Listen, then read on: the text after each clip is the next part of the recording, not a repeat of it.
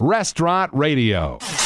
Broadcasting live from Chicago, heard on great affiliates all around the country. Restaurant Radio, Dane, Neal, Hannah, Stanley, Flavor HD, and as everybody gets ready for Mardi Gras, there's going to be a lot of parades going on, and parade can be an exhausting, hunger-building effort. You're going to want to get off that route and get some food. A guy that's got two restaurants, Superior Seafood and Superior Grill, right in the heart of it all. It's Gabe Garza. Gabe, welcome to the show. Oh, thanks for having me. So, Gabe, is this kind of a build-up to like a big economic boom time, or is this kind of a worry that your windows are going to get broken time, or is this just kind of like let loose and enjoy it all? What's going on for you right now? I think all three, all the above is really the correct answer. But no, it's a tremendous economic impact to the city, really the state and all. A lot of different areas have Mardi Gras. For New Orleans in particular, it's a great opportunity for us economically. Of course, with two restaurants on the parade route, it's a tremendous impact for us as long as the weather stays nice. We've been challenged with weather the first weekend, and even last night, a couple of storms coming through on the Wednesday night parade. But things are clearing up, so we're hoping to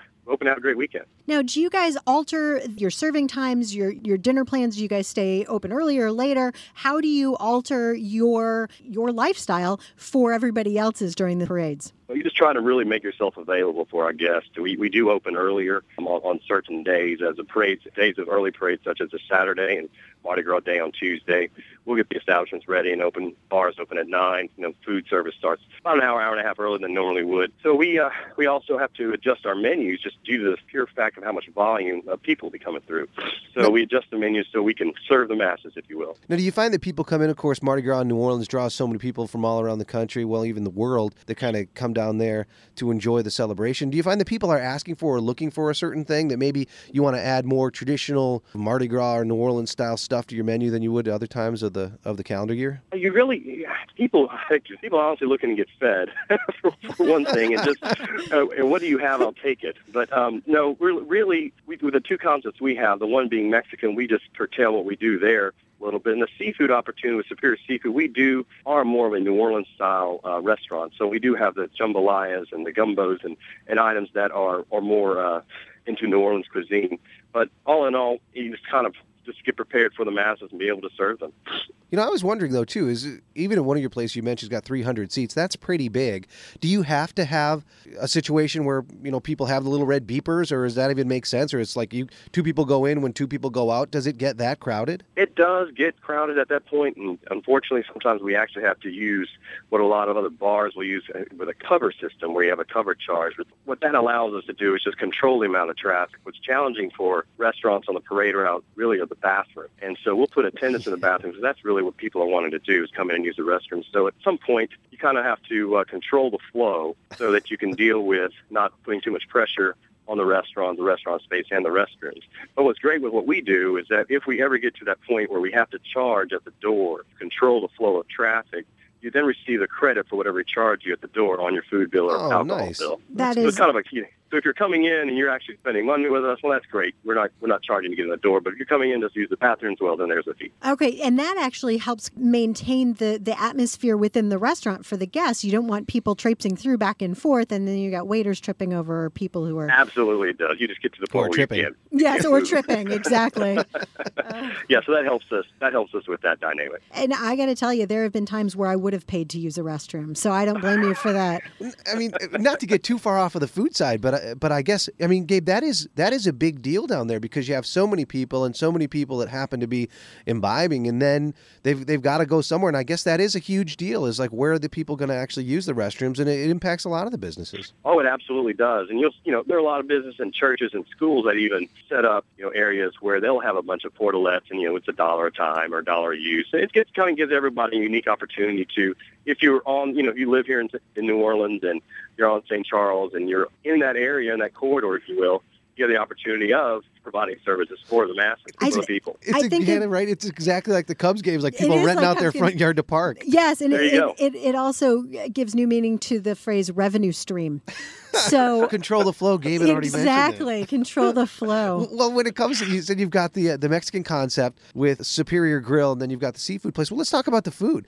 For the people that are down there, are going to make their way to New Orleans maybe at some other time of the year, and they're going to enjoy it. What kind of stuff are they going to have when they step in and see Gabe? Well, they come see us. Let's see, at seafood, seafood, we have some unique items, really New Orleans flavor, crawfish cornbread, which is one of our biggest hits right now. That's an appetizer, but we basically have cornbread made with a little caramelized onion, and then we top it with crawfish etouffee. So a little bit of sweet and spice, and the spice from the etouffee.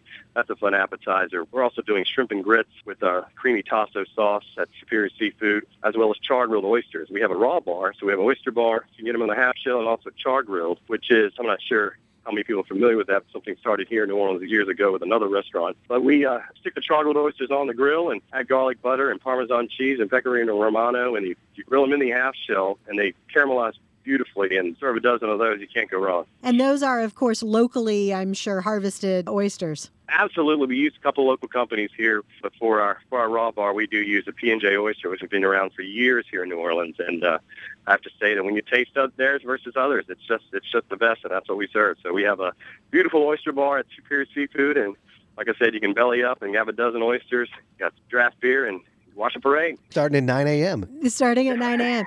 Now, that actually brings a point to my mind, though. When you guys all in the Gulf Coast went through that period with the oil spill, and that was affecting everything, and the concern was seafood, how has that recovered? Well, it's interesting you asked the question. It was something that we had to think of as a restaurant group, because we were actually in construction of Superior Seafood when all this happened. And a lot of people, would call us, because I think we were the only guys in town building a seafood restaurant at this time, where everyone else was kind of bailing out. But I'll have to say that New Orleans and Louisiana, the whole Gulf Coast, they have a certain mentality that really, they take the challenge. And with the BP oil spill, we knew that it's really the safest seafood now you can eat with the amount of checks and balances that all the seafood is going through. So I even feel more comfortable with the product now than I did before. And it's been received well, and I'll tell you what, we just received 2 pallets of oysters. That gives you an indication of what we're going to serve. I think everybody here locally has moved on. Well, and if anybody would make that call and say these aren't up to snuff, I mean, it would be you guys. You don't want to have that bad dining experiences. Oh, no, absolutely not. And so